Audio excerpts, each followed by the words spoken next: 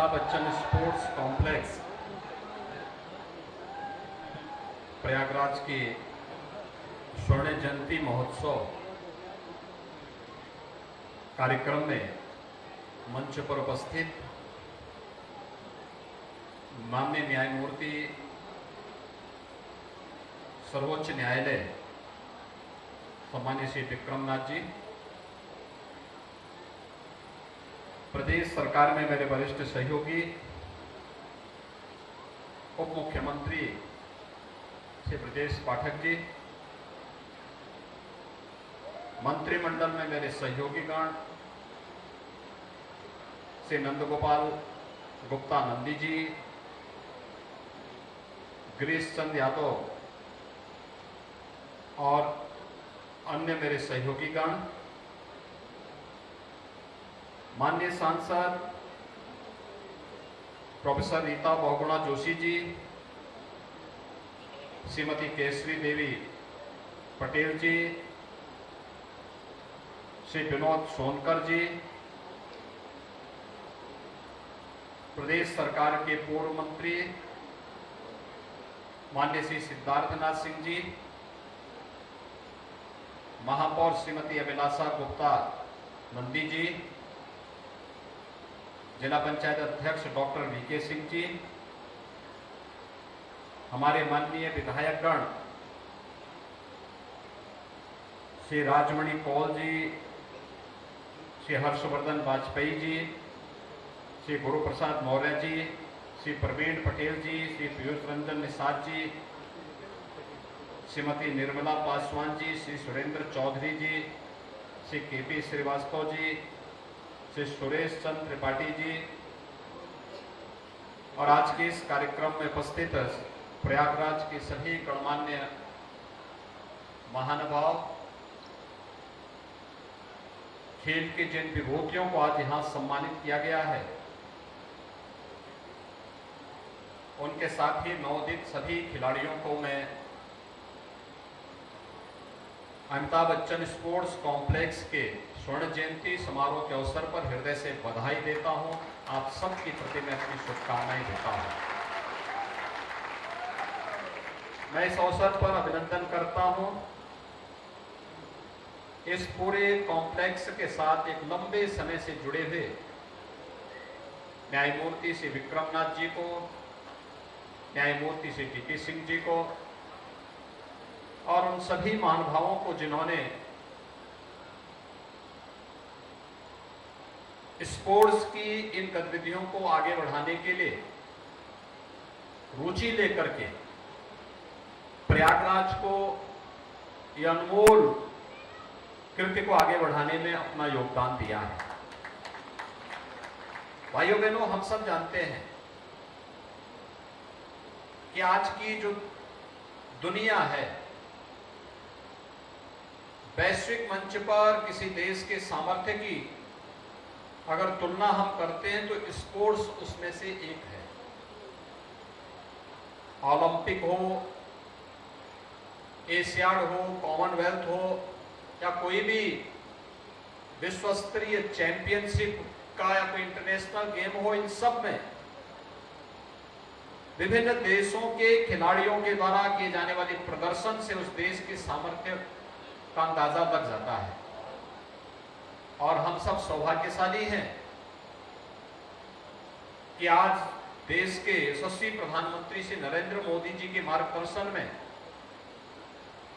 भारत प्रत्येक क्षेत्र में नित नई ऊंचाइयों को प्राप्त करना है और उसमें खेल का ये क्षेत्र भी जो उपेक्षित पड़ा हुआ था, उस क्षेत्र में भी जो प्रगति आज दिखाई दे रही है वो बहुत अभिनंदनीय है। और इसके लिए हम प्रधानमंत्री जी का भी आभार व्यक्त करते हैं। उन सभी खिलाड़ियों ने जिन्होंने प्रयागराज की इस धरती पर, यानी अब तक तो हम प्रयागराज को संगम नगरी के रूप में मानते थे। सनातन हिंदू धर्मावलंबी इस बात को मानता है कि गंगा, यमुना और सरस्वती का पावन संगम है। यहां पर इलाहाबाद विश्वविद्यालय और अन्य संस्थाएं उत्तर भारत में शिक्षा के प्रमुख केंद्र के स्तंभ के रूप में जाने जाते रहे हैं। उत्तर प्रदेश का और दुनिया का सबसे बड़ा उच्च न्यायालय प्रयागराज से देश के सबसे बड़े प्रदेश के आबादी को अंतिम पायदान पर बैठे हुए व्यक्ति को न्याय के एक महत्वपूर्ण स्तंभ के रूप में मार्गदर्शन करता रहा है। और प्रयागराज कुंभ, कौन ऐसा सनातन धर्मावलंबी होगा देश और दुनिया में जो संगम में आकर के इस अवसर पर स्नान करके प्रयागराज कुंभ का आनंद और इस अवसर पर आशीर्वाद लेने से अपने आप को किसी भी प्रकार के उस अवसर से वंचित रखना चाहता हो। प्रयागराज की इन सभी परंपराओं के साथ एक मान्यता है कि दुनिया की पहली गुरुकुल महर्षि भारद्वाज ने इसी प्रयागराज में बनाई थी। और मुझे लगता है महर्षि भारद्वाज का ही आशीर्वाद है कि इलाहाबाद विश्वविद्यालय के छात्रों के द्वारा एक लंबे समय तक देश के अंदर प्रतियोगी परीक्षाओं में स्थान ग्रहण करके मेरिट की सूची में जब इलाहाबाद विश्वविद्यालय के छात्रों का नाम आता है तो प्रयागराज के महत्व को कई गुना बढ़ाता है। और मुझे देख करके बहुत आनंद की अनुभूति हो रही है कि इन सबसे अलग हट करके प्रयागराज को एक नई पहचान स्पोर्ट्स के माध्यम से भी उसकी सामर्थ्य को देश और दुनिया के सामने प्रस्तुत करने के लिए यहां की कुछ विभूतियों ने इस मेयो हॉल को स्पोर्ट्स कॉम्प्लेक्स के रूप में स्थापित करते हुए इसे आगे बढ़ाया और इस सदी के कला जगत के महानायक श्री अमिताभ बच्चन के नाम पर इस पूरे परिसर का नामकरण करके इस कॉम्प्लेक्स को एक नई ऊंचाइयां प्रदान कर रहे हैं। अत्यंत उमंग, उत्साह और हर्ष का विषय हम सब के लिए है। यह आनंद का क्षण है। स्वर्ण जयंती वर्ष व्यक्ति के जीवन में, संस्था के जीवन में बहुत महत्वपूर्ण होता है। 50 वर्ष की उपलब्धियों को लेकर के हमें आत्ममंथन करने और अपने भावी योजनाओं को आगे बढ़ाने के लिए हम लोग कार्य कर रहे हैं। और मैं धन्यवाद दूंगा न्यायमूर्ति विक्रमनाथ जी को जिन्होंने इसमें रुचि ली और रुचि लेने के साथ आज एक सप्ताह से स्पोर्ट्स की विभिन्न प्रकार की गतिविधियां यहां पर चल रही हैं। मुझे बताया गया बैडमिंटन का है, नॉन टेनिस का है, टेबल टेनिस का है, वॉलीबॉल का है, स्क्वैश का है, अन्य तमाम प्रकार की स्पोर्ट्स की गतिविधियां यहां पर एक साथ संचालित हो रही है। स्वाभाविक रूप से अभी तक राज्य सरकार इसमें सहयोग करती रही है। राज्य सरकार इस संबंध में अपने स्तर पर सहयोग करती रही है और मुझे बताते हुए प्रसन्नता है जो यहां पर आज माननीय न्यायमूर्ति जी ने और हमारे पूर्व वक्ता मेरे सहयोगी ब्रजेश पाठक जी ने, नंदगोपाल नंदी जी ने और खेल मंत्री जी ने जो बात यहां पर कही उसी को आगे गति देने के लिए लगभग प्रयागराज में स्पोर्ट्स की एक्टिविटी को आगे बढ़ाने के लिए हम लोग यहां पर लगभग 100 करोड़ रुपए अकेले प्रयागराज में ही स्मार्ट सिटी मिशन के अंतर्गत खर्च कर रहे हैं। और यहां पर अमिताभ बच्चन स्पोर्ट्स कॉम्प्लेक्स के लिए ही जो हमारी कुल योजना है, जो प्रोजेक्ट का जो हमारे यहाँ पर कार्य होने जा रहा है, 60 करोड़ रुपए की लागत से इस कार्य को अकेले इसी परिसर के लिए कार्य संपन्न हो रहा है। इसके साथ ही हमारे यहाँ जो हमारे प्रयागराज के अंदर सरकारी और सरकारी सहायता प्राप्त जो स्कूल हैं उनके लिए 10 करोड़ 16 लाख रुपए, इलाहाबाद विश्वविद्यालय के लिए 10 करोड़ 86 लाख रुपए, चंद्रशेखर आजाद पार्क में खेल सुविधाओं के विकास के लिए 7 करोड़ 73 लाख रुपए, ओपन एयर जिम और मल्टी एक्टिविटी प्ले सिस्टम के लिए 4,25,00,000 रुपए और 60 स्थानों पर बच्चों के खेलकूद और मनोरंजन के लिए मल्टी एक्टिविटी प्ले सिस्टम की स्थापना के लिए भी 2,80,00,000 रुपए और नौकायन के लिए प्रयागराज में 2 करोड़ रुपए स्मार्ट सिटी मिशन के अंतर्गत ही स्वीकृत किए गए हैं। आज के इस अवसर पर मैं आप सबको इस बात के लिए आश्वस्त करता हूं, उत्तर प्रदेश पहला राज्य था जिसने ओलंपिक और पैरा ओलंपिक में देश के लिए मेडल प्राप्त करने वाले हर खिलाड़ी को अपने राज्य में बुलाया और राज्य उत्तर प्रदेश में बुला करके उन्हें सबको सम्मान दिया। राज्य सरकार के स्तर पर सम्मान दिया, उन्हें प्रोत्साहित किया और उत्तर प्रदेश के जितने खिलाड़ियों ने प्रतिभाग किया उन्हें भी हम लोगों ने किया। अभी जो कॉमनवेल्थ गेम्स हुए थे, कॉमनवेल्थ गेम्स में जितने भी खिलाड़ी गए थे और जो भी उत्तर प्रदेश के प्रतिभाग खिलाड़ी थे और जिन्होंने मेडल जीता है, इन सब का भी एक भव्य समारोह में हम सम्मान करने वाले हैं। प्रदेश के अंदर जो हमारे छात्रावास है उन सभी में बच्चों की जो डाइट थी, स्पोर्ट्स के विभिन्न कार्यक्रमों के साथ जुड़े हुए थे,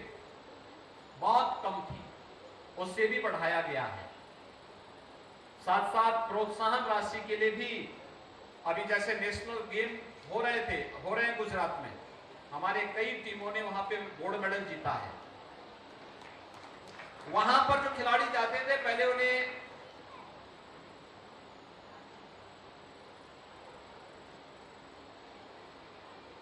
थर्ड टियर की रेलवे की सुविधा प्राप्त होती थी। हमने कहा उसको एसी में बदल करके उन्हें सुविधा उपलब्ध कराओ और ये सुविधा हमने हर खिलाड़ी को दी जो वहां प्रतिभाग कर रहा है। यूपी की बहुत बड़ी टीम इस बार वहां गई है और अच्छा प्रदर्शन कर रही है। आज प्रदेश के हर गांव में राज्य सरकार खेल का मैदान बना रही है। हम लोगों ने कन्वर्जन के माध्यम से पीपीपी मोड पर भी और विभिन्न प्रकार की योजनाओं को जोड़ करके स्पोर्ट्स के माध्यम से भी, युवा कल्याण के विभाग के माध्यम से भी, मनरेगा के माध्यम से भी हर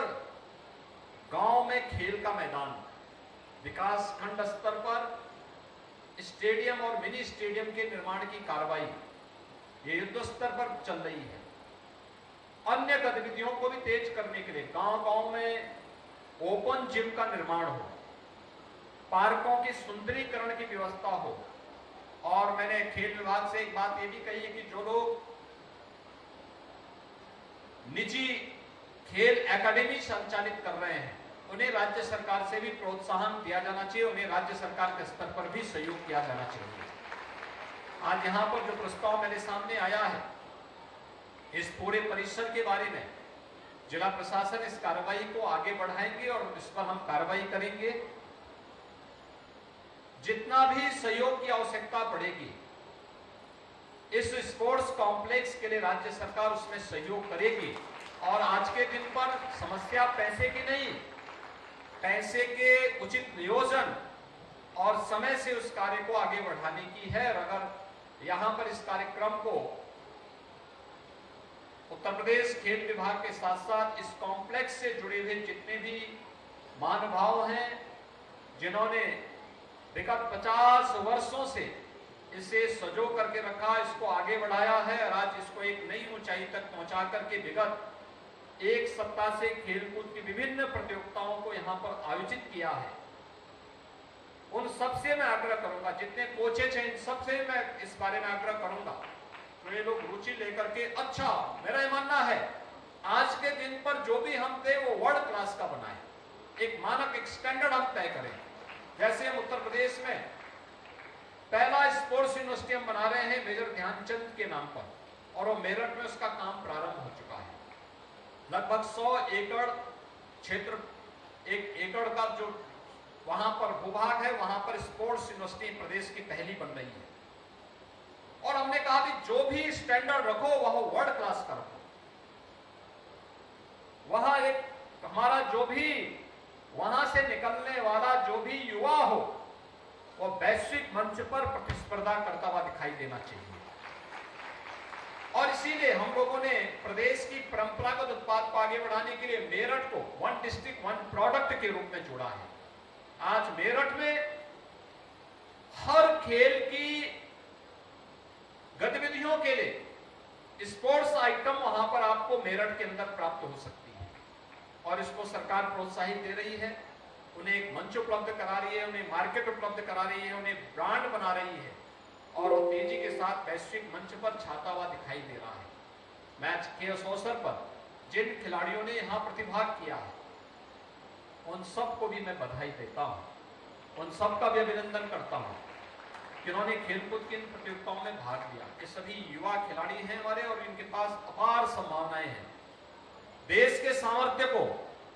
गांव से आप बाहर निकलते हैं, शहर से बाहर निकलते हैं तो अपने जनपद के लिए खेलते हैं, जनपद के बाहर निकलते हैं तो अपने कमिश्नरी या रीजन के लिए खेलते हैं और जब आप राज्य स्तर पर जाते हैं तो वहां पर भी आप पुरस्कार प्राप्त करते हैं और जब राज्य के बाहर जाते हैं तो राज्य का नाम और देश के बाहर जाते हैं तो देश का नाम आपके साथ जुड़ जाता है। आपके सामर्थ्य से प्रदेश और देश को पहचान मिलती है, समाज को पहचान मिलती है और इसलिए मैं आपसे कहूंगा कि दो चीजें बहुत महत्वपूर्ण हैं। एक, अपने आप को पूरी एकाग्रता के साथ एकलव्य की तरह जब आप लगेंगे तो परिणाम तब आएगा। और आज तो अच्छे अच्छे कोचेस उपलब्ध कराए जा रहे हैं। दूसरा, टीम वर्क। जब टीम वर्क होगा तो परिणाम कई गुना बढ़ जाता है और खेल, हर खेल हमें टीम भाव के साथ कार्य करने की एक नई प्रेरणा देता है। यही समाज में, चाहे वह परिवार की व्यवस्था हो और चाहे वह समाज निर्माण, राष्ट्र निर्माण की व्यवस्था हो, अगर टीम वर्क नहीं है तो कोई भी सफलता प्राप्त करना एक अत्यंत चुनौतीपूर्ण कार्य होता है। लेकिन जब टीम वर्क होता है तो उसे आसानी से प्राप्त किया जा सकता है और खेल हमें उस टीम के साथ मिल करके रिजल्ट पर पहुंचाने का, परिणाम तक पहुंचाने का एक नया संदेश भी देता है। हम सब इस गतिविधि के साथ जुड़ेंगे और मैं इस बात के लिए आश्वस्त करता हूं प्रयागराज वासियों को, अमिताभ बच्चन स्पोर्ट्स कॉम्प्लेक्स से जुड़े हुए सभी महानुभावों को, यहां से जुड़े हुए कोचेज को, यहां से जुड़े हुए सभी खिलाड़ियों को, पुरातन और नवीन सभी खिलाड़ियों को इस बात के लिए आश्वस्त करता हूं, राज्य सरकार किसी भी प्रकार का भाव आपके लिए नहीं होने देगी। यहां पर हमारे खेल मंत्री भी हैं, अपर मुख्य सचिव खेल भी हैं, खेल के निदेशक भी हैं, जिला प्रशासन भी है। मैं उन सब से कहूंगा कि जो कुछ भी हो सकता है इस दिशा में हमें आगे प्रयास करना चाहिए और समयबद्ध ढंग से कार्य योजना बना करके अच्छे ढंग से आगे बढ़ाने का कार्य करें। मैं इस अवसर पर एक बार फिर से इस स्पोर्ट्स कॉम्प्लेक्स की स्वर्ण जयंती के अवसर पर आप सभी इससे जुड़े हुए सभी महानुभावों को और पूरे प्रयागराज वासियों को हृदय से बधाई देता हूं, अपनी शुभकामनाएं देता हूं और आश्वस्त करता हूं राज्य सरकार और केंद्र सरकार स्पोर्ट्स की गतिविधियों को आदरणीय प्रधानमंत्री जी के माध्यम से, उनके मार्गदर्शन में नित नई ऊंचाइयों तक पहुंचाने के लिए प्रतिबद्ध है और यहाँ के स्पोर्ट्स कॉम्प्लेक्स के लिए भी किसी भी प्रकार की कोई कमी कभी आड़े नहीं आएगी। इस आश्वासन के साथ आप सबके प्रति मैं अपनी शुभकामनाएं देता हूं। धन्यवाद। जय हिंद। बहुत बहुत धन्यवाद।